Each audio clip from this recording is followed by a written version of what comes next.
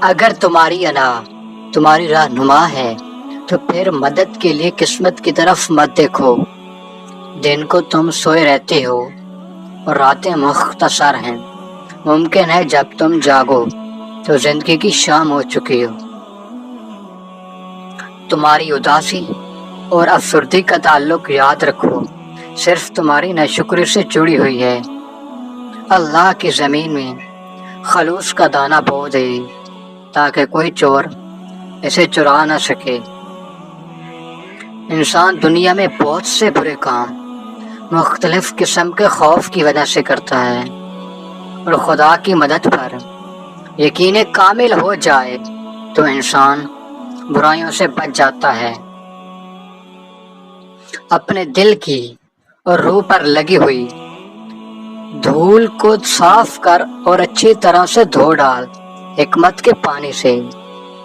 خر دماغ اور جاہل کو نصیحت کرنا ایسا ہے جیسے بنجر زمین میں کھیتی باڑی کرنا۔ اچھا بولنے کے لیے پہلے اچھا سننا ضروری ہے۔ ایک انسان کو پہلے سننا چاہیے اور اسی سے بولنے کا فن سیکھنا چاہیے۔ اللہ کسی پر کوئی مصیبت نازل کرے تو اس کو چاہیے کہ صبر کرے، نہ کہ روئے یا چیخے، کیونکہ اس وقت اللہ اپنے بندے کو آزما رہا ہوتا ہے۔ صحت تھوڑے کھانے میں پوشیدہ ہے اور روح کی صحت تھوڑے گناہ کرنے میں چھپی ہوئی ہے۔ راہ درویشی چلنا اور بات ہے اور ذخیرہ جمع کرنا اور بات ہے۔